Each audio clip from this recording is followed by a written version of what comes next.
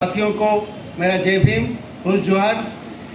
आप जानते होंगे कि सितंबर में हम यहीं पे ही हमारा संगठन के तरफ से एक प्रेस कॉन्फ्रेंस भी किया हुआ इसी सवाल पे ऊपर, और अभी बहुत सारे साथी ऑलरेडी बोल चुके हैं।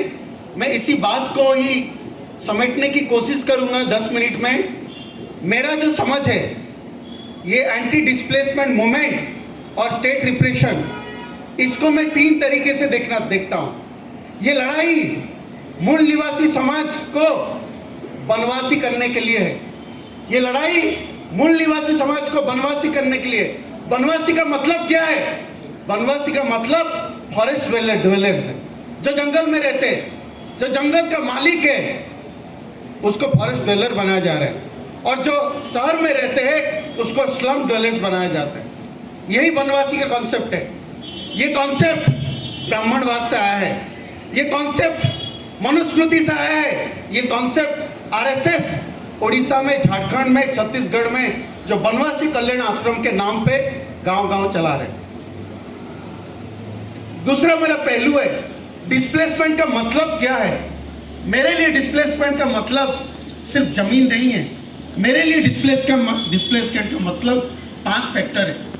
पहला फैक्टर यह है कि कास्ट। डिस्प्लेसमेंट सीधा सीधा कास्ट से जुड़ा हुआ है। डिस्प्लेसमेंट का दूसरा फैक्टर क्लास है, जो क्लास स्ट्रगल हम जिसको लेफ्ट मूवमेंट में बोलते हैं। डिस्प्लेसमेंट का तीसरा बड़ा फैक्टर है कल्चरल मूवमेंट, जो अभी एतमान जी ने बोला है। डिस्प्लेसमेंट का चौथा बड़ा फैक्टर क्लाइमेट चेंज है, क्लाइमेट है। डिस्प्लेसमेंट का 5th फैक्टर है कैपिटलिज्म है। तो ये जो मैं अभी आपको बात रखने वाला हूं, ये जो फैक्टर है, इसको मैं ऐसे देखता हूं, या हमारा संगठन ऐसा देखता है, जो मनुवादी सरकार अभी 10 साल में यहाँ है, या उड़ीसा में 25 साल से वहाँ है, कि पूरे देश में, यहाँ पे झारखंड भी साथी आए हैं, किसी भी सरकार हो, ये हिंदू राष्ट्र के नाम पर जिस तरह से राम राज्य की बात कर रहे हैं, ये राम राज्य की बात है, जहां पे राम ने क्या 14 साल वनवास चला गया और आदिवासी के अंचल में क्या घूम लिया, उसको दोबारा राज्य सिंहासन दे दिया। क्या 14 साल नहीं, हमारा आदिवासी मूल निवासी लोग 14 पीढ़ी तक उस जंगल में रह रहे, 14 पीढ़ी तक उस जंगल को बचा रहे, उस पर्यावरण को बचा रहे। क्या आदिवासी इस देश में प्रधानमंत्री नहीं बन सकता है? इस बात का अफसोस लीजिएगा। तो ये सीधा सीधा हमारा लड़ाई राम राज्य के खिलाफ है।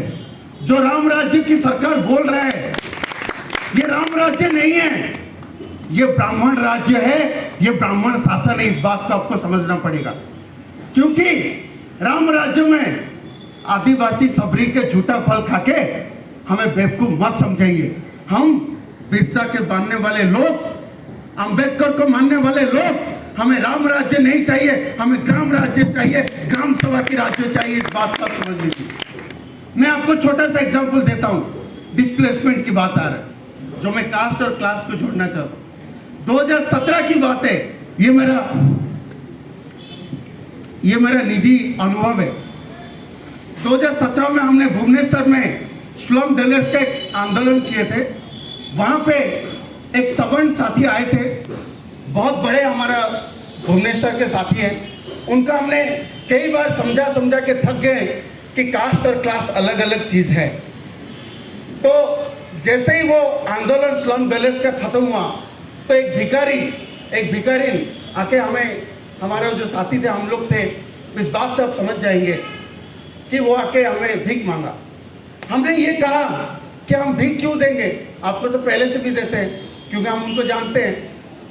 वो भिखारी अपर कास्ट से था। वो खुद बोला, क्या बोला कि ये चमार लोगों का आंदोलन है, जो हमारा मीटिंग के बाद जो खाना लगता है, वो खाना दिया जा रहा था।